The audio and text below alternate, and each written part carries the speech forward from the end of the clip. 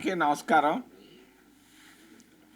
గుంటూరు వచ్చి దాదాపుగా 4-5 సంవత్సరాలు అవుతా ఉంది. ఈరోజు మీ ముందుకు రావడానికి కారణం ముఖ్యంగా 3-4 అంశాలు. ఒకటి దళిత విభజన, రెండవది రాజధాని, మూడవది బ్యాంకులు, కోర్టులు, జర్నలిస్టులు.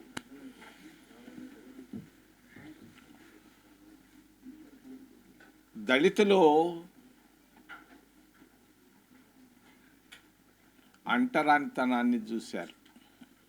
అంటరానితనం అంటే ఏందో చాలామందికి తెలియదు. ఈరోజు నేను చూశాను. ఒక చిన్న బిడ్డ, 6 నెలల బిడ్డ చావు బతుకుల్లో ఉంటే నా కళ్ళ ముందే ఒక డాక్టర్ దగ్గరికి తీసుకెళ్ళడం జరిగింది. ఒక ఆయుర్వేదిక్ డాక్టర్. ఆ డాక్టర్ గారు ఆ బిడ్డ నాడి పట్టుకొని మందు ఇవ్వాలి. నాడి పట్టుకునేదానికి చావు బతుకుల్లో ఉన్నటువంటి బిడ్డ తండ్రికి చెప్పి తమలపాకు ఒకటి తీసుకోరా అని చెప్పాడు. లేత తమలపాకు. ఎందుకు? ఆ చావు బతుకుల్లో ఉన్నటువంటి దళిత బిడ్డ నాడిపైన చేయి పెట్టేదానికి ఆ ఆయుర్వేదిక డాక్టర్, ఆయన పేరు పట్టాభిరామయ్య, నా కళ్ళ ముందే ఉన్నాడు. ఆయనకి మనసు ఒప్పలేదు. ఆ తమలపాకు తెచ్చే లోపల బిడ్డ వెళ్ళిపోయింది. క్రూరమైనటువంటి అంటరానితనం. రెండవది, నా కళ్ళ ముందే చూశాను. దళితులు ఊళ్ళల్లో తిరగాలి అని అంటే మూతికి ముంత వెనకాల తాటాక్ కట్టుకొని తిరిగిన రోజులు నేను చూశాను 5 సంవత్సరాల నా వయసులో. ఇటువంటి క్రూరమైనటువంటి అంటరానితనం భారతదేశంలో 5,000 సంవత్సరాలు ఉండింది. మహాత్మా గాంధీ గారు స్వతంత్రం రాకముందు గుంటూరుకు కూడా వచ్చాడు. ఆయన వచ్చినప్పుడు 2 విషయాల గురించి మాట్లాడాడు. ఒకటి దేశానికి స్వతంత్రం, రెండోది అంటరానితనం నిర్మూలన. స్వతంత్రం వచ్చిన తర్వాత నెహ్రూ ప్రధానమంత్రి అయ్యాడు. నెహ్రూకి ఆయన చెప్పాడు, అంటరానితనం తీసేయాలి, ఎస్సీ ఎస్టీల అభివృద్ధికి రావాలి అని చెప్తూ అంబేద్కర్ గారిని భారత రాజ్యాంగ నిర్మాతగా చైర్మన్ చేయమని చెప్పడం జరిగింది. నాకెట్ట తెలుసని మీరు అడగవచ్చు. నాకు అంబేద్కర్ భార్య వల్ల నేను రాజకీయాల్లోకి వచ్చాను. 29 సంవత్సరాలకి నేను ఎంపీని అయ్యాను. ఆ అమ్మ సవితా అంబేద్కర్ గారు. ఒకరోజు రాజ్యాంగాన్ని రాసేటప్పుడు అంబేద్కర్ గారు కోపం వచ్చింది. రాజీనామాని నెహ్రూ గారి దగ్గరకు పంపించాడు. ఆ రోజుల్లో సెల్ ఫోన్లు లేవు. భార్యనే జాబ్ ఇచ్చి పంపిస్తే తీన్మూర్తి భవన్కి జవహర్లాల్ నెహ్రూ గారు లేచి నిలబడి అంబేద్కర్ భార్య దగ్గర నుంచి చేతుల్లో తీసుకొని చదివి ఆ రాజీనామా పత్రాన్ని చించేయడం జరిగింది. చెప్పాడట ఆ అమ్మ నాకు చెప్పింది, నేను మహాత్మా గాంధీ గారు చెప్పినటువంటి ఆజ్ఞ ఇది, అంబేద్కర్ గారి చేత భారత రాజ్యాంగాన్ని రాయించు అని. అందుకొరకే ఆయన్ని చైర్మన్గా పెట్టామమ్మా, వారిని తప్పకుండా దీన్ని పూర్తి చేయాలి అని చెప్పి జాబు చించేసి పంపించారు. అంబేద్కర్ గారు మళ్ళా 2 రోజుల తర్వాత అలిగి రాజ్యాంగాన్ని రాసేదానికి వెళ్ళాడు. ఆ విధంగా 2 సార్లు అలిగాడు. జవహర్లాల్ నెహ్రూ గారు ఆయన్ని రాజీనామాలని తిరస్కరించి ఆయన చేత రాజ్యాంగాన్ని రాయించారు. రాజ్యాంగంలో ఎస్సీలకు ఈరోజు రిజర్వేషన్లు 15%, ఎస్టీలకు 7.5% రిజర్వేషన్లు ఇచ్చిన ఘనత కాంగ్రెస్ పార్టీకి, మహాత్మా గాంధీకి, జవహర్లాల్ నెహ్రూకి, అంబేద్కర్ గారులకే దక్కిందని చెప్పుకోక తప్పదు. 75 సంవత్సరాలు అయిపోయింది స్వతంత్రం వచ్చి. ఈ 75 సంవత్సరాల తర్వాత ఒక తెలివి తక్కువ జడ్జిమెంట్ సుప్రీంకోర్టు నుంచి వచ్చింది. అది జడ్జిమెంట్ కాదు, మరి పిచ్చి వాళ్ళు కూడా రాయరు. 7 న్యాయమూర్తులు రాసినటువంటి జడ్జిమెంట్ నేను చదివితే అది జడ్జిమెంట్ కానే కాదు, అది ఆర్డర్ కానే కాదు. అటువంటి ఆర్డర్ పేరు పెట్టుకొని పక్కనే స్టాలిన్ చేయలేదు, మరి లెఫ్ట్ పార్టీల ముఖ్యమంత్రి విజయన్ చేయలేదు, ఉత్తరప్రదేశ్ రాష్ట్రంలో యోగి ఆదిత్యనాథ్ చేయలేదు, మన ఆంధ్రప్రదేశ్ రాష్ట్రంలో చంద్రబాబు నాయుడు ముఖ్యమంత్రిగా ఏకసభ్య కమిషన్ వేశాడు. ఆయన ఎవరు? ఉత్తరప్రదేశ్కు సంబంధించినటువంటి ఆయన పేరు మిశ్రా. ఆయనకు అంటరానితనం అంటే తెలియదు. వాళ్ళ ఇంటికి కూడా ఎస్సీలను రానివ్వడు. ఆయన ఆఫీసుకు పోవాలి, 87లో ఐఏఎస్ పాస్ అయ్యాడు, ఆయన రిటైర్ అయిన ఉద్యోగం వేయించాడు. ఆయన ఇంటికి పోవాలి, ఆఫీసుకు పోవాలన్నా దళితులు చెప్పులు తీసిపోవాలా. ఇటువంటి అధికారిని పంపించి జిల్లాల్లో పంపించి ఒంగోలులో తగాదా పెట్టారు. ఒంగోలులో తగాదా పెట్టారు. ఈ విభజించు పాలించు అనేది బ్రిటిష్ వాళ్ళ ఆలోచన. వీళ్ళు చేసిన పాపం. చంద్రబాబు నాయుడు నేను అడుగుతున్నా, దగ్గరగా ఉన్నావు, ఇక్కడనే ఉన్నావు, ఈరోజు గుంటూరులోనే ఉన్నట్టున్నావు, అమరావతిలో. నేను అడుగుతున్నా, దళితులు నీకు చేసిన అన్యాయం ఏంటి? ఎందుకు వీళ్ళని విభజించి బలహీనం చేసి ఈ రిజర్వేషన్లు తీసేసేదానికి ప్రయత్నం చేస్తున్నావా అని నేను అడుగుతున్నాను చంద్రబాబు నాయుడిని. మా ఊరు అయింది తిరుపతి, మేమందరం యూత్ కాంగ్రెస్లో ఉన్నాం. మరి నువ్వు వచ్చి ముఖ్యమంత్రిగా వీళ్ళకి ఏదో సహాయం చేయకుండా వీళ్ళు ఎందుకు ముడ్డిలో ఏలు పెడతావయ్యా చంద్రబాబు నాయుడు అని నేను సూటిగా అడుగుతున్నా. మరి నేను ఖండిస్తున్న ఏకసభ్య కమిషన్ని. తప్పు, ఇది చంద్రబాబు నాయుడు చేసింది, ఇది తప్పు, వెంటనే విరమించుకోవాలని నేను డిమాండ్ చేస్తూ, రెండో విషయం రాజధాని. గుంటూరు తీసుకొచ్చారు. అసలు ఈ రాజధాని అనేది తిరుపతిలో ఉండాలని ఆ రోజు తరిమల్ నాగిరెడ్డి కమ్యూనిస్టు లీడర్ చెప్పాడు. వినలేదు జవహర్లాల్ నెహ్రూ. ఈ జిల్లా నుంచి ఉన్న ఎన్జి రంగా కూడా చెప్పాడు తిరుపతిని రాజధాని చేయండి అని. అంటే సంజీవ్ రెడ్డి పాపం కర్నూలుకు తీసుకెళ్ళాడు, కర్నూలు నుంచి హైదరాబాద్ తీసుకెళ్ళాడు, హైదరాబాద్ నుంచి గుంటూరు తీసుకొచ్చారు. మాకేం సంతోషం, తీసుకురావడం సంతోషం, మంచిదే, చేయండి. మరి రాయలసీమ వాళ్ళు ఏమనుకుంటున్నారు అని ఎప్పుడైనా ఆలోచించారా చంద్రబాబు నాయుడు గారు అని నేను సూటిగా అడుగుతున్నా. నేను ఈ మధ్య కర్నూలుకి వెళ్ళా. కర్నూలులో బెంచ్ ఇస్తానంట. ఆ బెంచ్ నేను తీసిచ్చాను మదురైకి 92లో జయలలిత ముఖ్యమంత్రిగా ఉన్నప్పుడు. నన్ను అడిగితే పివి నరసింహారావు చెప్పి మదురై కోర్టులో. అదేంది, దానివల్ల ఏం ప్రయోజనం? కర్నూలు, కడప, అనంతపూరు, చిత్తూరు, నెల్లూరు, ఒంగోలు జిల్లాల్లో అభివృద్ధి లేదు. ఈరోజు 10 జిల్లాలు ఉన్నాయి, 26 జిల్లాల్లో. నువ్వు 60,000 కోట్ల రూపాయలు రాజధాని నగరం కట్టేదానికి తీసుకొస్తున్నావు.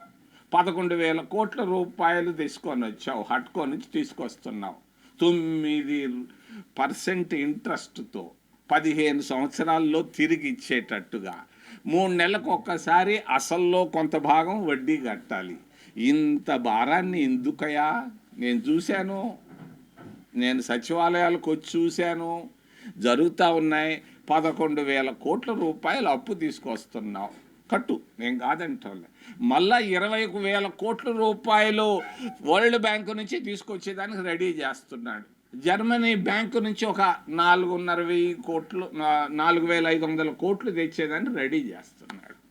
మరి నువ్వు ఇంత డబ్బు తీసుకొస్తున్నావు, పక్క ప్రాంతాల్లో కనీసం రోడ్లు లేవు, బళ్ళు సరిగ్గా లేవు, మరి ఆసుపత్రుల్లో సూది లేదు, దూది లేదు.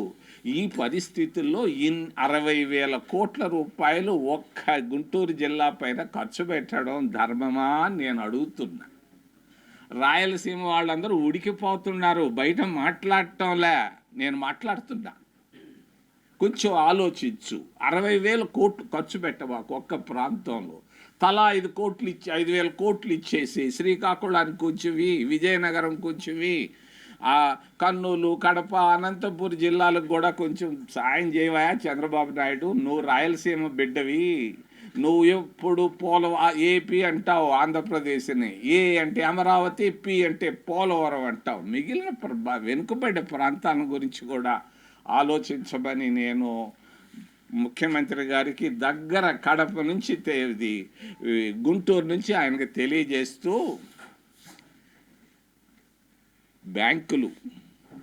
బ్యాంకులని జాతీయం చేసింది ఇందిరాగాంధీ. ఎందుకు? పేదవాళ్ళు పోయి అప్పు అడిగితే ఇవ్వమని, రైతులు పోయి అడిగితే ఇవ్వమని, నిరుద్యోగులు పోయి అడిగితే అప్పు ఇవ్వమని, లేకపోతే విద్యార్థులు పోయి అడిగితే ఇవ్వమని, జర్నలిస్టులు పోయి అడిగితే అప్పు ఇవ్వమని జాతీయం చేశారు. జాతి సొత్తుని అందరికీ సమానంగా చూడమని చెప్పారు. బ్యాంకుల పనితీరు ఎలా ఉంది ఈరోజు? ఒక వ్యక్తికి, అందరికీ కలిపి కాదు, ఒక వ్యక్తికి 45,000 కోట్ల రూపాయలు ఇచ్చారు అప్పు. బ్యాడ్ డెట్ అయింది, అది ఎన్పిఏ అయింది. ఆయన దగ్గర 1% కట్టించుకున్నారు, 450 కోట్లు కట్టించుకున్నారు. 45,000 కోట్లకు గాను రుణమాఫీ చేశారు ఆయనకి. అంతటితో ఆగిపోలేదు, ఆయనకి మళ్ళా 10,000 కోట్ల రూపాయలు పవర్ ప్లాంట్ పెట్టేదానికి రెడీ చేస్తున్నారు రిజర్వ్ బ్యాంకు, అన్ని జాతీయ బ్యాంకులు. ఇది కేవలం భారతీయ జనతా పార్టీ ప్రధానమంత్రి ప్రాబల్యం వల్లే జరుగుతూ ఉంది. కానీ బ్యాంకులు వర్గీకరణ అనే ఒక అంశం వచ్చింది ఈ మధ్య. వర్గీకరణ కావాల్సింది బ్యాంకుల్లో, వర్గీకరణ కావాల్సింది బ్యాంకుల్లో. లక్షల కోట్ల రూపాయలు ఇస్తున్నారు ఎస్సీ ఎస్టీలకు. ఈరోజు ఇస్తున్నటువంటిది బ్యాంకుల్లో 1% కూడా లేదు. 25% ఉన్నటువంటి ఎస్సీ ఎస్టీలకు ఇస్తున్నటువంటి బ్యాంకు రుణాలు 1% లేదు.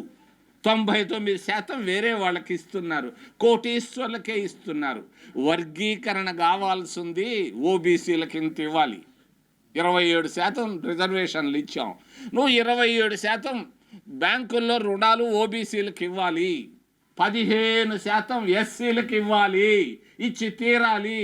7.5% గిరిజనులకు ఇవ్వాలి. ఇది ఇక్కడ కావాలి వర్గీకరణ. దీని కొరకు నేను డిమాండ్ చేస్తున్నా.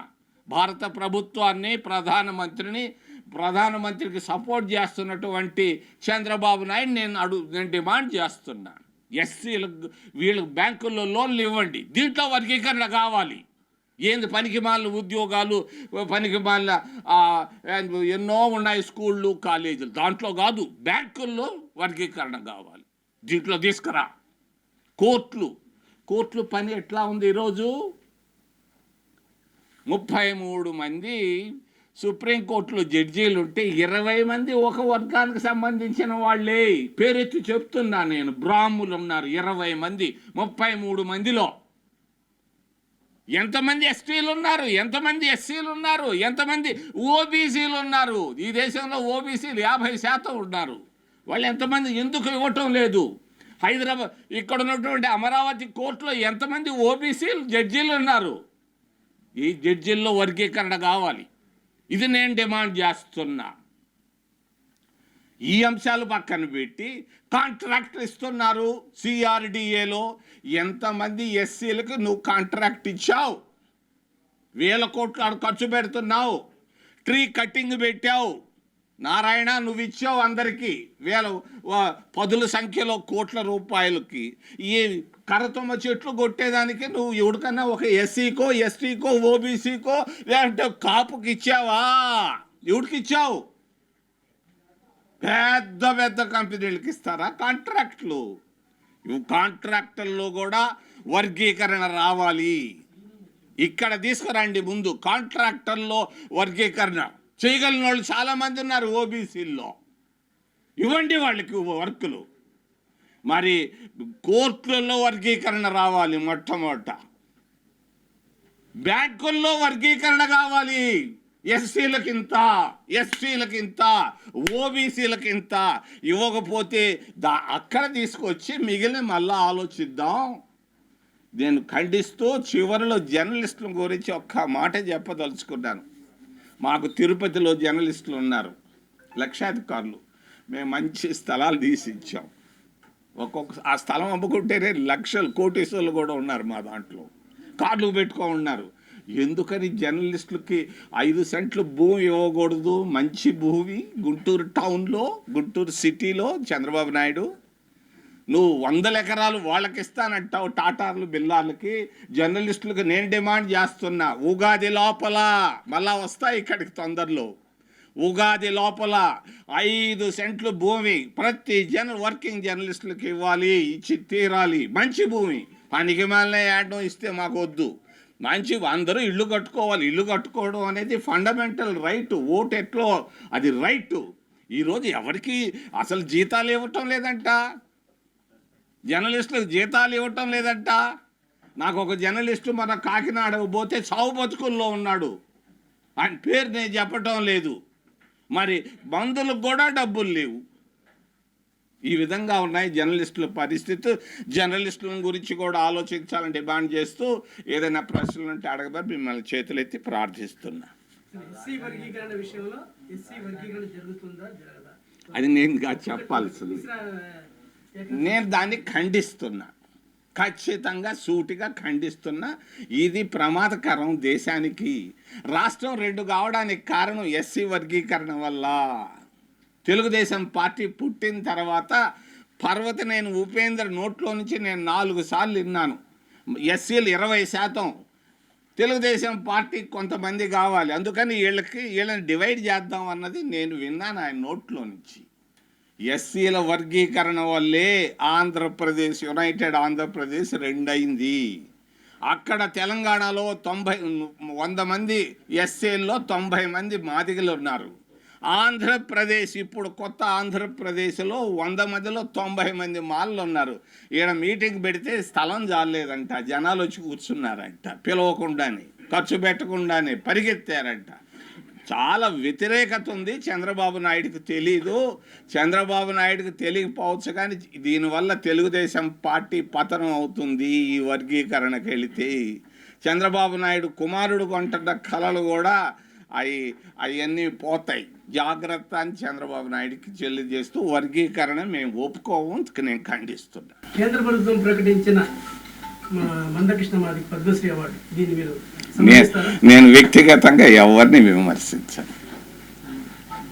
మాదిగలు చేస్తున్న పోరాటంపై ఏమంటారు సార్? వాళ్ళు చేస్తున్న ఉద్యమం ఎన్నో నుంచి కూడా మనకు రిజర్వేషన్ పదాలు అందడం లేదని, వాళ్ళు చేస్తున్న ఆర్థిక పరమైన అంశాలు కావచ్చు, జాబుల్లో వాళ్ళు చూస్తున్న సంఖ్యాపరమైన ఆధారాలు కావచ్చు, వీటన్నిటి పట్ల ఏమంటారు? అంబేద్కర్ గారంటే నాకు చాలా గౌరవం, ప్రేమ.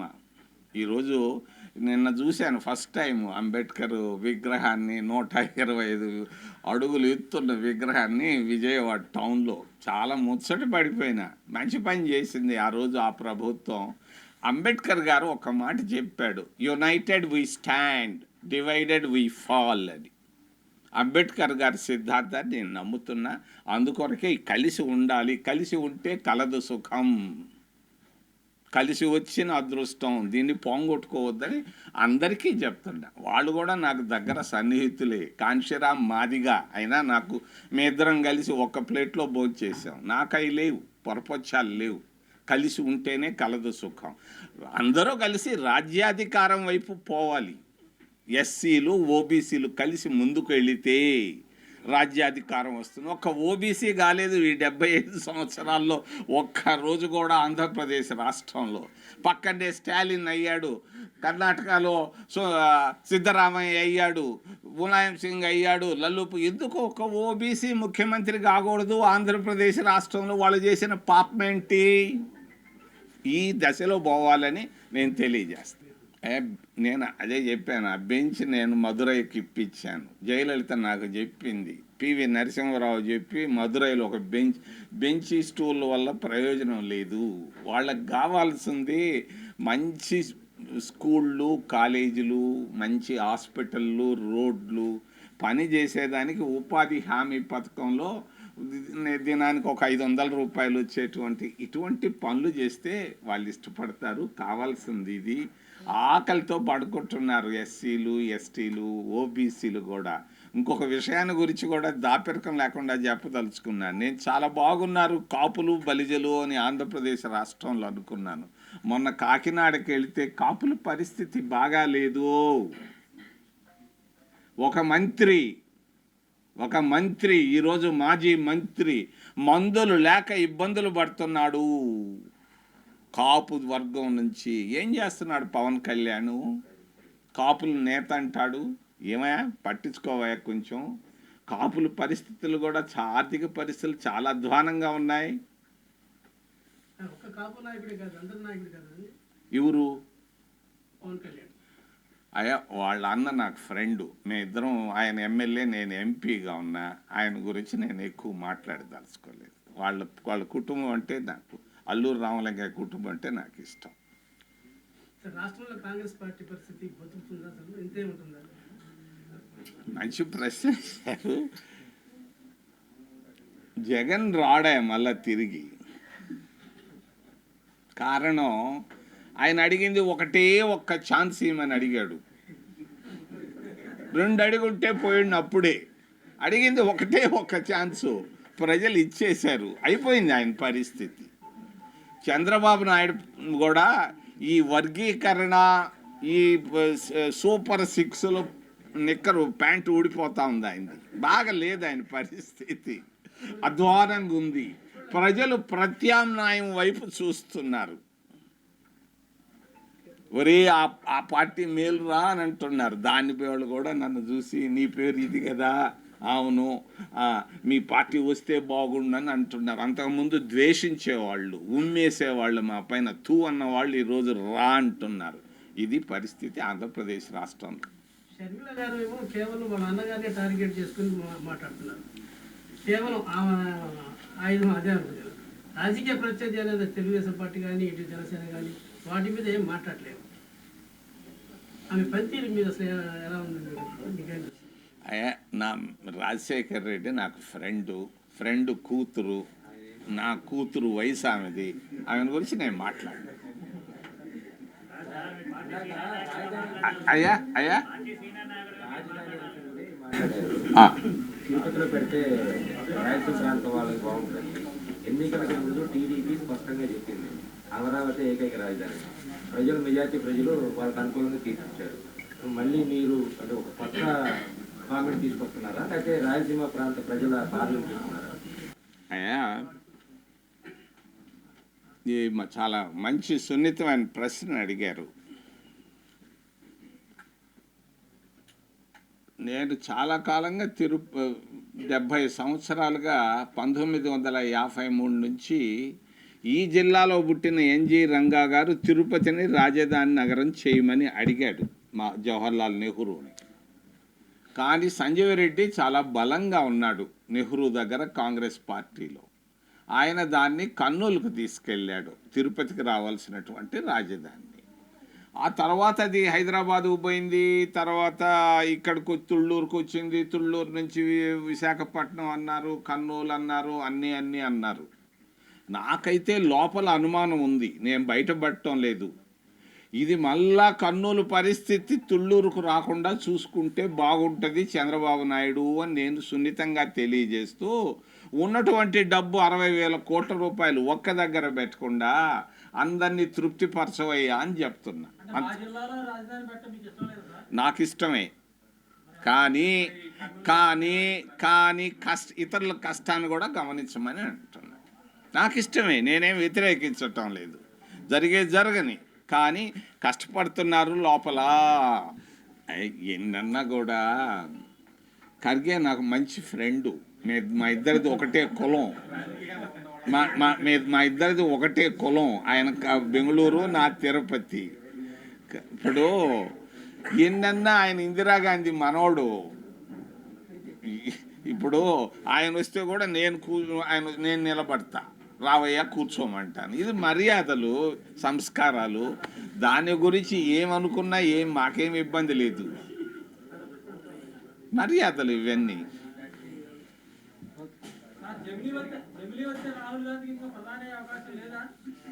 అవి ముందు రానివయ్యా.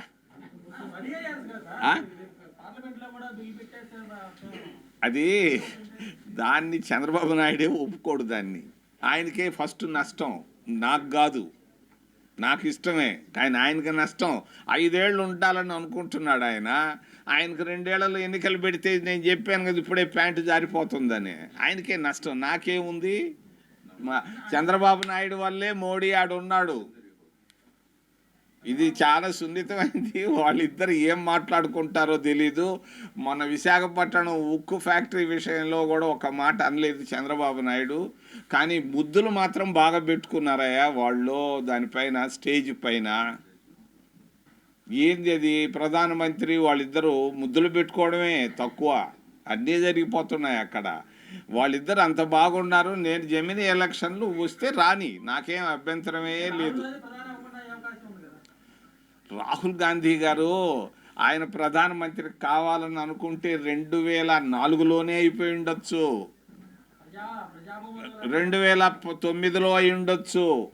వాళ్ళు అధికారాన్ని చూసిన కుటుంబం 40-50 సంవత్సరాలు, జవహర్లాల్ నెహ్రూ 16 సంవత్సరాలు, ఇందిరాగాంధీ 17 సంవత్సరాలు. మరి ఆ ప్రధానమంత్రులంతా చెప్పులు తీసేసి వాళ్ళు ఇంటికి పోయిన రోజులు ఉన్నాయి. వాళ్ళకేం అధికారం పైన వ్యామోహం మా పార్టీలో ముఖ్యంగా నెహ్రూ ఫ్యామిలీకి లేనే లేదు. వాళ్ళు కావాలనుకుంటే ఎప్పుడైనా అవుతారు. వాళ్ళ గురించి మనం మాట్లాడడం కంటే రాజధాని, బ్యాంకుల్లో రిజర్వేషన్లు అడగదాం. ఒక మాట చెప్తానే, మా వాళ్ళు గ్రౌండ్కి వెళ్ళటంలే, హైదరాబాద్లోనే కూర్చుంటున్నారు పెద్దలు. ఇందువల్ల తిరగాల, అందరూ తిరగాల. ఇప్పుడు నేను వచ్చాను, నాకేం పని లేదు, అయినా వచ్చి కూర్చున్నా. మొన్న కాకినాడకు పోయినా నాకు ఆడ పనే లేదు. శ్రీకాకుళం అటు తిరగాల, ప్రజలు లోపలికి పోవాలి, పోతారు వస్తారు. నేను ఒకటి చెప్తుంటా, 2029లో కాంగ్రెస్ పార్టీ ఖచ్చితంగా అధికారంలోకి వస్తుంది, వచ్చి తీరుతుంది. వీలైతే ఓబీసీని ముఖ్యమంత్రిగా చూడాలని కల కూడా నా మనసులో ఉంది. ఎస్సీలని ఓబీసీలని ఉత్తరప్రదేశ్లో నేను కలిపాను. ములాయం సింగ్ ముఖ్యమంత్రి చేసేదానికి నా ప్రయత్నం నేను చేశాను. నన్ను పివి నరసింహారావు పదవిలోంచి కూడా పీరికేశాడు, చెప్పి పెరికేశాడు. నువ్వు ఏడొద్దు నాయన, నువ్వు పో అన్నాడు. ఈవీఎంలంతా ఫ్రాడ్. ఏదే ఈ మస్క్ అని అతను చెప్పాడు. చంద్రమండలంలో కూర్చొని రిమోట్తో మేనేజ్ చేస్తున్నారు. సునీత విలియమ్స్ లేయి అంటే నిద్ర లేస్తూ ఉంది, కూర్చోంటే కూర్చుంటా ఉంది. మరి స్కూల్లో బిల్డింగ్లు, హై స్కూల్ బిల్డింగ్లో ఉన్న రిమోట్లు మేనేజ్ చేయడం చాలా సులువు, చాలా సులువు. దానికి ఆ విధంగానే భారతీయ జనతా పార్టీ 2 సార్లు 3 సార్లు అధికారంలోకి వచ్చింది. ఈవీఎంలు వద్దు, బ్యాలెట్టే ముద్దు. 2004-2014 మధ్యలో కూడా కాంగ్రెస్ పార్టీ అనేక రాష్ట్రాల్లో అధికారంలోకి వచ్చింది. అప్పుడు కూడా ఈవీఎంలే.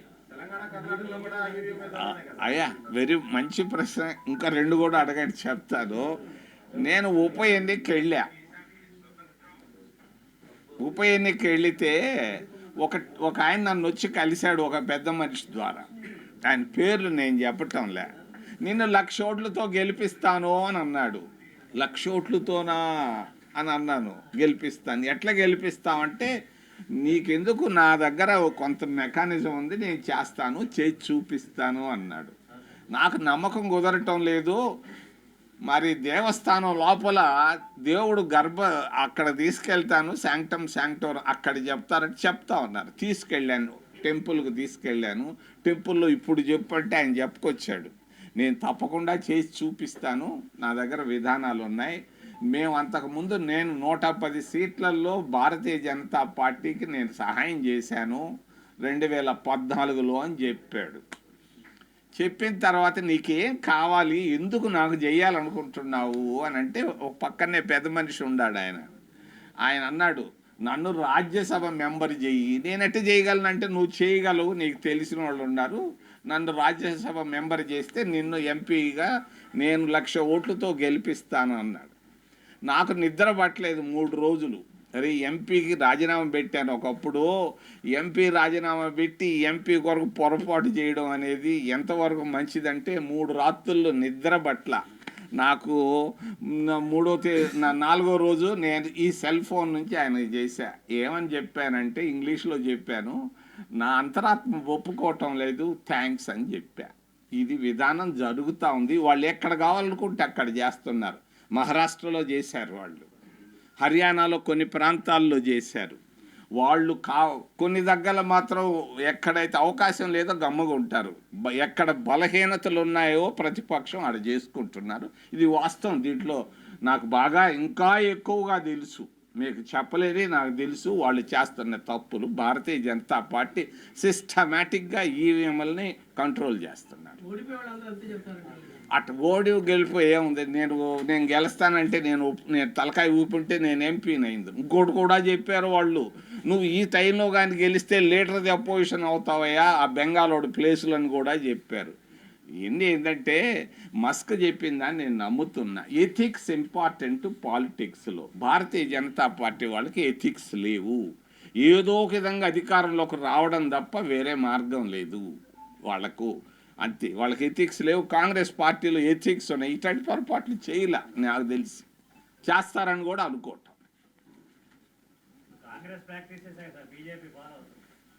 అయ్యా మేమేం పాపాలు అయ్యా,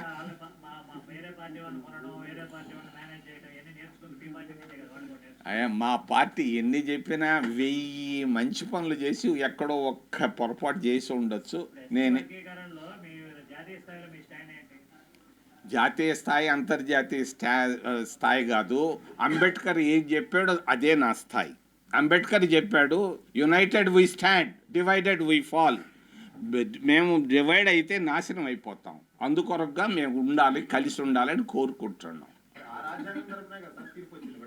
అయ్యా రాజ్యాంగంలో ఎక్కడ క్లాసిఫై చేయాలని లేదు. ఏ ఆర్టికల్లో నేను చదివాను భారత రాజ్యాంగాన్ని 2 సార్లు. వాళ్ళు కూడా చెప్పారు, జడ్జీలు 7 జడ్జీలు, ఎక్కడ కాన్స్టిట్యూషన్లో లేదు అని వాళ్ళు కూడా చెప్పారు జడ్జిమెంట్లో. ఎక్కడా లేదు. అంబేద్కర్ రాసిన దాంట్లో 870 ఎస్సీ ఉపకులాలు ఉన్నాయి, 2 కాదయ్యా. ఒక్క ఉత్తరప్రదేశ్ రాష్ట్రంలోనే 87 ఉపకులాలు ఉన్నాయి మాదిగల్లోనే. ఏం చేస్తావు? దేశమంతా కలిపి 1600 కులాలు ఉంటే ఒక్క ఎస్సీల్లోనే 870 ఉపకులాలు ఉన్నాయి. దీని జోలికి పోవడం మంచిది కాదు. బ్యాంకుల్లో వర్గీకరణ చేసుకున్నాం, ఏమి ఎందుకు చేయకూడదు? ఎస్సీలకి ఇంత శాతం ఎందుకు ఇవ్వకూడదు? ఇప్పుడు బొంబాయి వాళ్ళకి మార్వాడీలకేనా దేశంలో ఉండే బ్యాంకులన్నీ? 190% బ్యాంకు లోన్లన్నీ మార్వాడీలకే పోతున్నాయి. మేం చేసే అయ్యా మమ్మల్ని ఊరికే దూషించవచ్చు కానీ మరి ఒకటి కాంగ్రెస్ అయ్యా నేను ఒక మాట చెప్పనా, మొన్న ప్రకాష్ కరాత్ ఏం చెప్పాడు? డెమోక్రటిక్ సోషలిస్ట్ సెక్యులర్ భావాలు ఉన్న వాళ్ళందరూ కలిసి పనిచేయాలని చెప్పాడు. ఈరోజు ఒకరినొకరు దూషించుకోవడం కాదు ముఖ్యం, కలిసి ముందుకు పోవడం. భారతీయ జనతా పార్టీని ఇంటికి పంపించు. మరిన్ని వీడియోస్ కోసం ఛానల్ ని సబ్స్క్రైబ్ చేయండి. లేటెస్ట్ అప్డేట్స్ కోసం వాట్సాప్ ఛానల్ ని ఫాలో అవ్వండి. ఆ లింక్ డిస్క్రిప్షన్ లో ఉంది.